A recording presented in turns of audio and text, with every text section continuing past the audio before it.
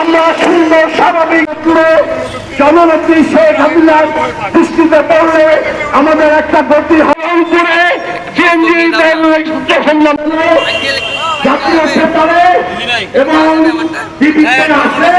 এবং উপরে আমাদের সিএনজি গাড়িগুলো বন্ধ করে দেওয়া হয় এবং অসহায়তা বোধ করতেছি আমরা সংসার নিয়ে বাল বাচ্চা নিয়ে প্রশাসনের কাছে এবং সরকারি সমস্ত প্রশাসন সেক্টরের কাছে রংপুর মহানগর সমস্ত প্রশাসন সেক্টরের কাছে আমাদের একটাই দাবি সিএনজি চালকদের এবং সিএনজি চালকের পরিবারের পক্ষ থেকে আমাদের গাড়িগুলো যেভাবে আমরা চালাইতে পারি সেভাবে যেন আমাদের গাড়িগুলো চালানোর ব্যবস্থা করে দেয়।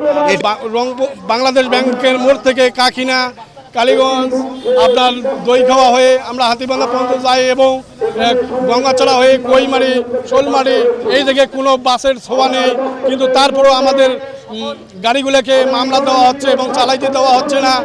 এখন আমাদের এই রংপুর শহরে যত স্থানান্তর সব মিলে 600-700 আমরা ড্রাইভার আছি এবং 600-700 ড্রাইভারের এক একটা করে ড্রাইভারের কবলে 5জন 6জন 7জন করে পরিবার আছে।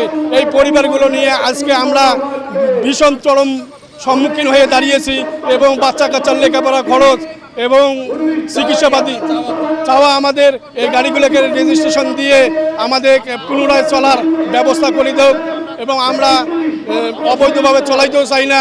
এক ছোট্ট একটা গাড়ি কিনে কর্ম করে খাই মাহিন্দ্রা, এতেই প্রশাসনিক বাধা আসতেছে। আমরা দীর্ঘ 8 বছর ধরে এই গাড়ি চালাচ্ছি, ইদানিং না জানি কার উস্কানিতে এই ধরনের হচ্ছে আমরা জানি না।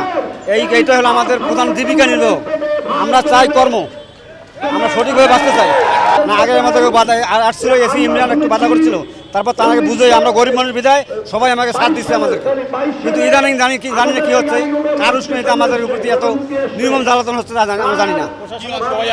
হ্যাঁ, আমরা প্রশাসনিক আমাদের হেল্প ছিল আমাদেরকে, আমরা গরিব মানুষ করে খাই, ঠিক আছে, তাদের দয়ায়। কিন্তু ইদানিং জানি প্রশাসন কেন আমাদের মুখে মুখ ফিরিয়ে নিল আমরা নিজে বুঝতে পারতেছি না।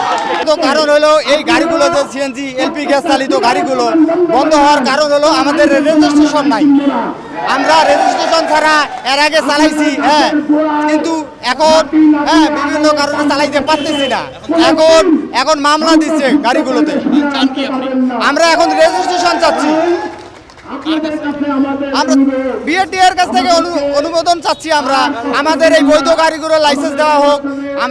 আমরা দাবি যদি না দেওয়া হয় তো আমরা 400-500 লোক এখানে না খেয়ে অনাহারে আমাদের বিবি বাচ্চা এবং আমাদের ছেলে মেয়েদের লেখাপড়ার খরচ ড্রাইভার চালাইতে পারবো না।